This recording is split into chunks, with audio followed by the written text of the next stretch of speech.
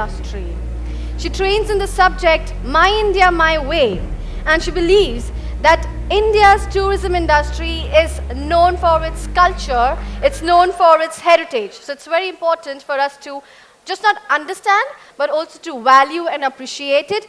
Ladies and gentlemen, I bring to you Miss Mashanta Romani on the stage. Give a huge round of applause for her.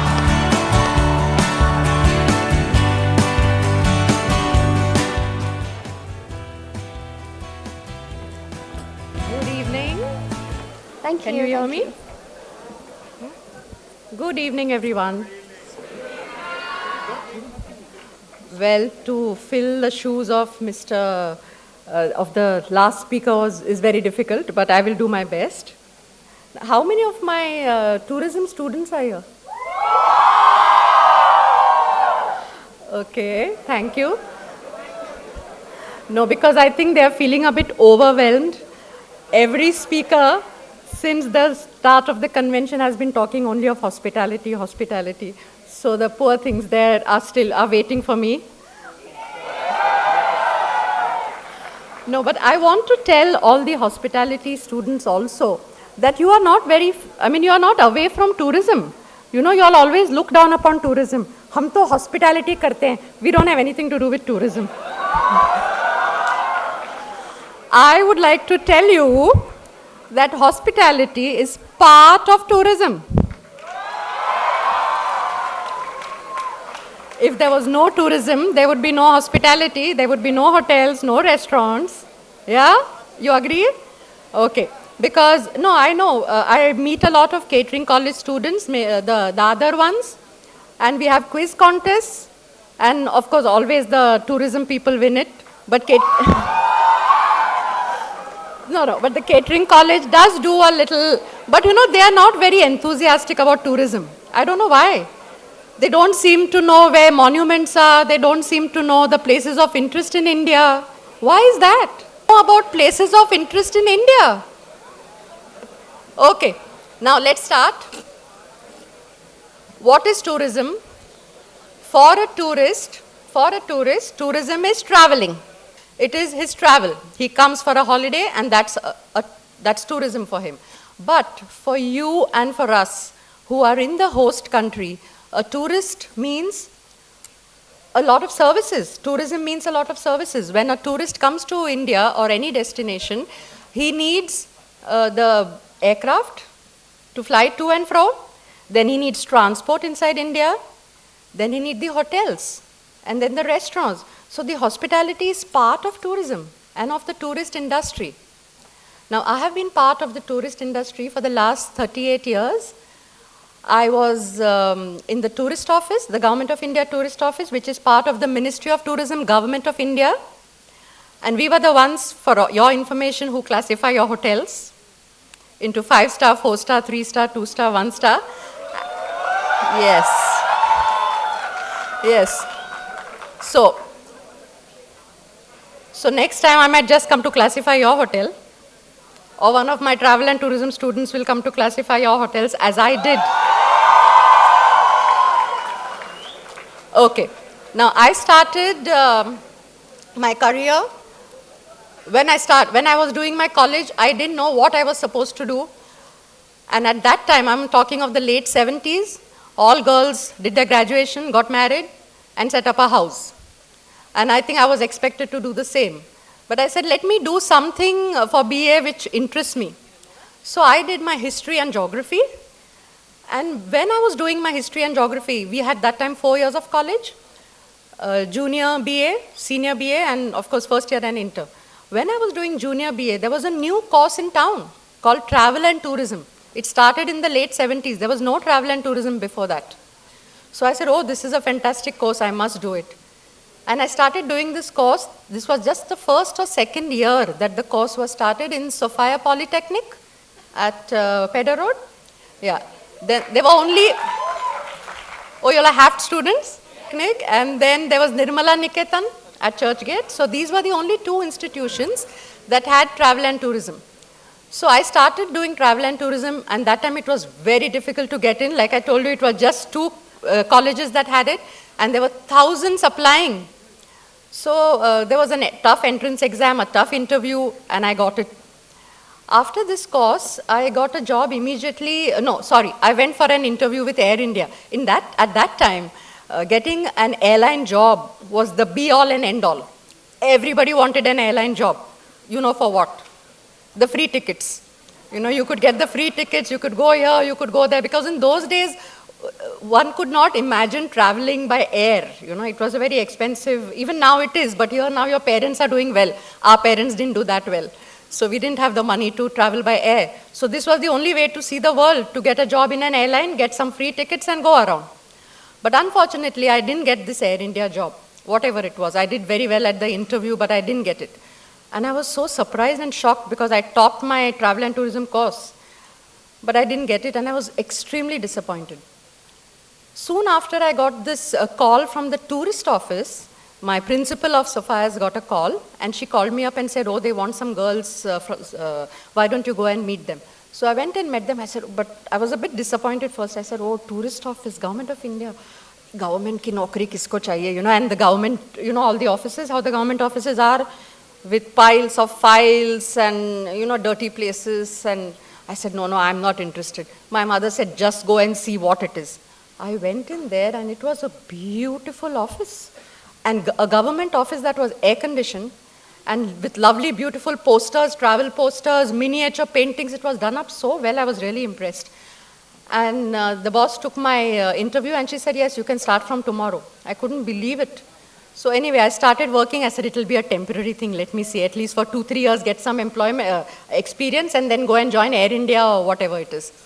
So I started working, and it was so great. It was a beautiful experience. You see, at that time, there was no internet. No computers were not heard of. Nobody knew the C of a computer. Nobody knew what a computer was. Computer was something which was used in US. We didn't use it in India. So we had to know everything by mind. You know, we had to know by heart, by mind, everything. Somebody would come and ask me, nahi, wo Tinsukia jana hai. Tinsukia, anybody knows where Tinsukia is? Very good. You must be from that side, that part of India.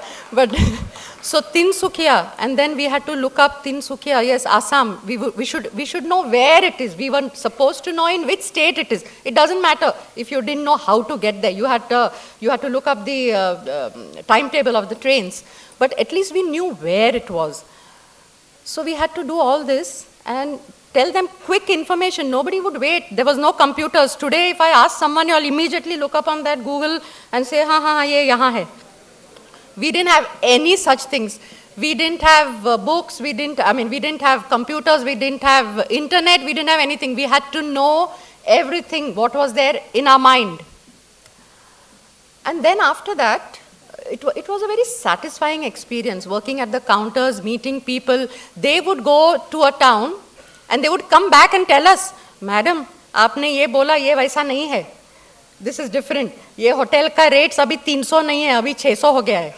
You know, things like that, because we had no way of knowing the exact hotel details. Today you go on the computer, you know which hotel in Bali costs what or Greece costs what, but we didn't have any such amenities. After doing this about, say, for 3 years, I saw an ad in the papers by the Ministry of Education.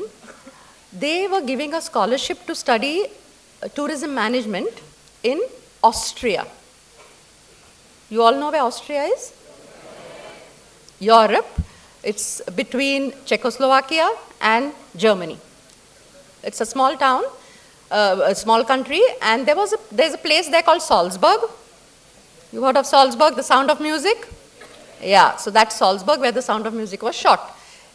In this Salzburg, there is an institute called the Institute of Hotel Management in Schloss Klesheim. So they were giving a full scholarship to study tourism management there for 9 months in Austria. And the passage to and fro was given by the Ministry of Education. So I said, I must apply for this. And everybody in the office said, are you mad?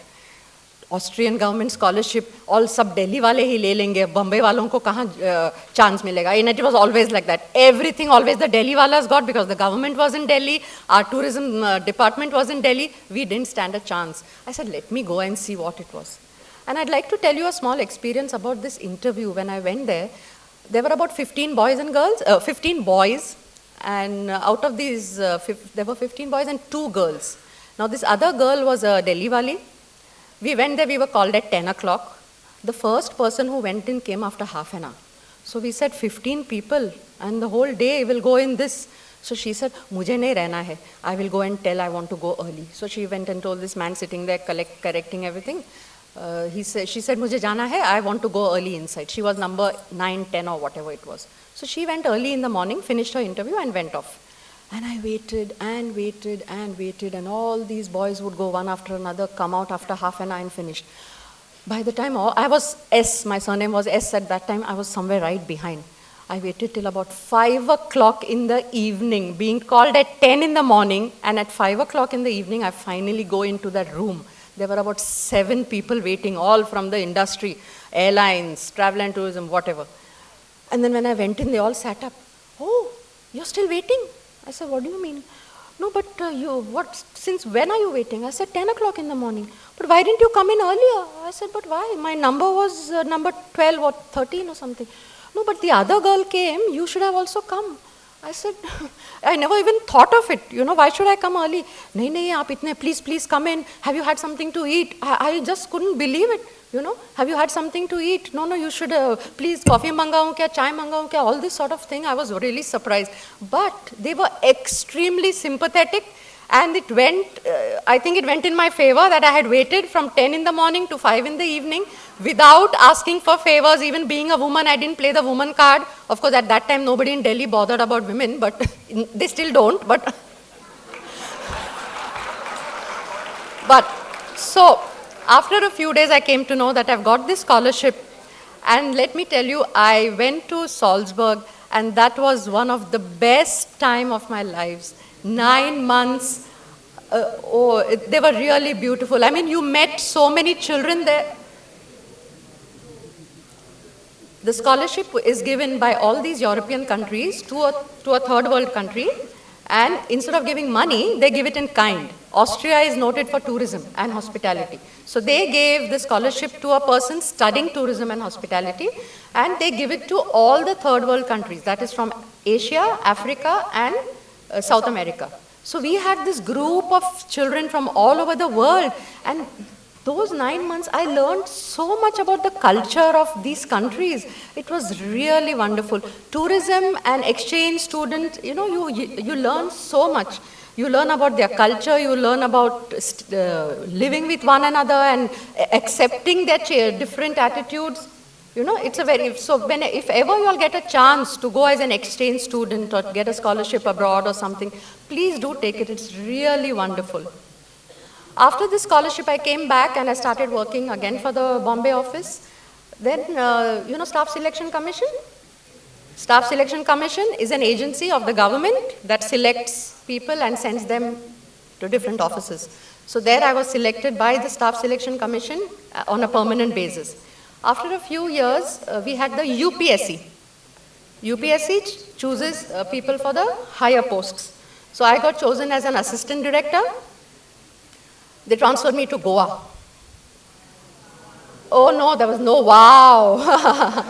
Goa is very beautiful for a nice holiday of 1 week or for 15 days. But after that, it becomes, it's very difficult to get things done. If I want to get a basin repaired or I wanted by then the computers had started coming. Rajiv Gandhi said now India should be computerized. This was in about 1991 or so. So we had to put a false ceiling. We had these high ceilings. Goa, the buildings are very high ceiling buildings. So we had to get the false ceiling done, and believe me, it took me I don't know how long to get one false ceiling done in Goa. I had to finally get someone from Bombay to do it. It's very difficult to get things done. Nevertheless, I managed to do 2 guide courses. I trained 2 sets of guides. I did one French course there. And believe me, there were only 4 hotels in Goa when I was there. The Oberoi, Bogmalo, the Taj, Aguada and the Holiday Village, and Majorda. These were the only 4 hotels. I have seen the Ramada and the Leela coming up from the base, from its foundations. So it was really a wonderful feeling. I've seen them coming up, and then I had to go and classify them along with a big committee, of course. So that was a wonderful stint in Goa. When I was in Goa, there was an expo. Do you all know Expo? The World Expo? It's held every 4 years in different parts of the world.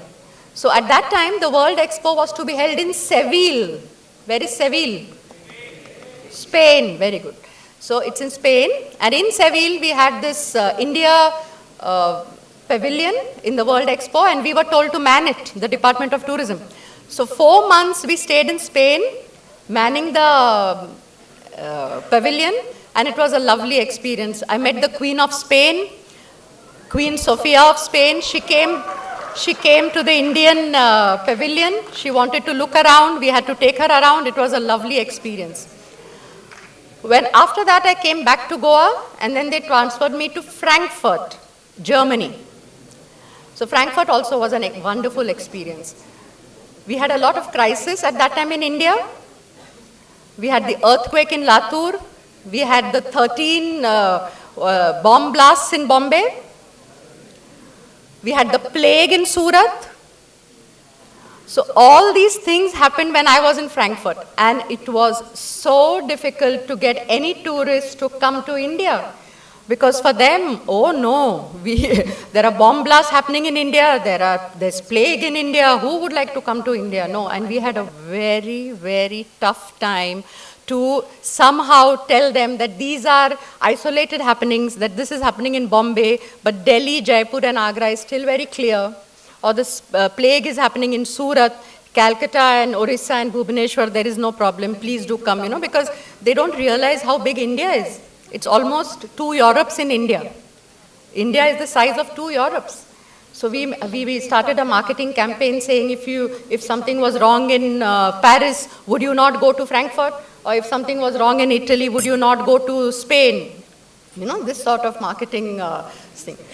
Finally, I got promoted to director in New Delhi. I worked for some time, and then I gave it up because a Bombay person I don't think can work in Delhi. At least I cannot. And there were some other compulsions. I had some family compulsions also. So I gave it up. And after that, now for the last 25 years, 20 years nearly, I am teaching in various colleges. I teach in Mumbai University. I teach in Thomas Cook. And all the time I am teaching about India. Where to go, how to go, what to see, the monuments in India, the festivals in India, the wildlife sanctuaries. And I think even you as hospitality people should know where is what, because I don't think all of you all will be in the kitchens. Some of you all will be in the front office. At the counters, receptionists, whatever, and they will definitely ask you, all the tourists are going to ask you, how do I get to Elephanta, or how do I go to Aurangabad? How many tourists travel all around the world? Very good. 1 billion. That is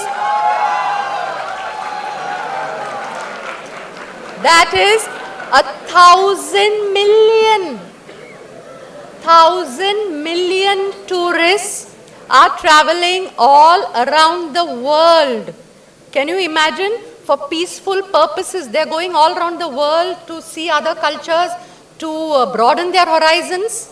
So 1 billion people. And how many come to you? How many Indians are there among these 1,000 billion? Very good. About 18 million tourists go out. 18 million go out. These are the outbound tourists. The outbound which are being catered to, which will be catered to by the travel and tourism students. The hospitality is not so much concerned with the outbound, but for them it's very good news, because the UNWTO, that is the United Nations World Tourism Organization, has said that India will give 50 million tourists to the world by 2020. So the Indians love to travel. We used to travel to the pilgrim places, we used to travel to the hill stations, but now Every Indian, thanks to internet and Facebook, I think everybody wants to say where we have gone and put it up on Facebook, and they want more and more exotic places. So you have honeymoon, young honeymoon people, my students, they get married and I say, where are you going? Bali and Athens and these sort of exotic places they go to, because probably then they put it on Facebook and people traveling outside. And for these 18 million people, we have to do some arrangement. So that is where the jobs for the travel and tourism people are going to come in. Besides the outbound tourists, we have inbound. Now, inbound is what you had said. How many inbound tourists come, foreigners? 8 million. Only 8 million visit India. Of course, the number is not so bad, but they get us a lot of money, which is foreign exchange. And you all know foreign exchange is extremely valuable to India. Yes? It helps in the balance of payment. And tourism is very, very, it's an export industry. Tourism is an export industry. Everybody agrees? Yeah. But it is different from the other export industries, because in the other export industries, say the mangoes. Yeah, we go to buy mangoes and there are some 1,000, 2,000 a dozen. Why? Because they are being exported. So the mangoes are being exported and the population, our Indian population is deprived of the mangoes, right? But with tourism, they come here, they see the place and they pay us money to see the place. And they don't take a block of marble from the Taj, or they don't take something from the Qutub Minar and go away. But they come to our country and they pay us to look at all these places. So tourism is an excellent way of transferring money, transferring surplus from the rich countries to us, people who need this foreign exchange. Okay, so and then also we have the domestic. This is where you come in for the inbound tourists. The hospitality industry is very important for the inbound tourists, because we have to provide them with hotel rooms. Hotel rooms are there in the top cities, but in 2-tier and 3-tier cities, we don't have too many hotel rooms. So we have the 5 stars, but we need more of 2 and 3-star hotels. We need more restaurants, which of course you all will all take care of. Then we have forgotten a third very, very important segment of tourism. We have the inbound and we have the outbound. Which other segment is there? Very good, the domestic tourists. And you know how many domestic tourists travel around India? 1.2 billion. That is the population of India. And so many people are traveling all around India. So which is a fantastic market for all of you. You have to put up more hotels, you have to put up more restaurants. Okay, now, with all this boom in tourism and people loving to travel and all that, the travel agencies and tour operators are coming up with hiring people. So they're going to hire a lot of people. Besides your travel and tourism degree, they are going to look at a lot of other things. First thing is whether you have the ability to carry on with the job. And for this ability, what do you have to do? Like Chef Sanjeev Kapoor also just said, please keep learning. There are a lot of weekend courses. There are so many online courses. There are, excellent after school, after college courses. Please start doing them. Earn some soft skills. Learn how to write. Learn how to communicate with people. That is sadly lacking in a lot of people where I teach. They cannot communicate. They cannot write. Please learn all this. So these are all soft skills. Secondly, you need knowledge. You need a lot of knowledge. I see most of you are not very good at current affairs, general knowledge. Please learn, please read the papers once in a while and get to know. And the third is, you have to have a passion for it. Like everyone before me has said, you have to have a passion for traveling, a passion for tourism, because it's such a beautiful industry. So the travel and tourism people, all the best, and all the best to you hospitality people also. Thank you very much. Thank you so much, ma'am. Can I have a huge round of applause for her? Ladies and gentlemen. Thank you so much, ma'am, for being here, marking your presence with our event. I would like to call Ms. Vrinda to do the honors. Please accept a small token of gratitude from our side, the Hospitality Convention 2016.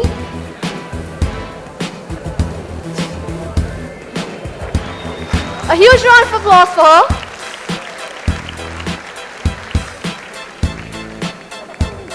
Thank you so much, ladies.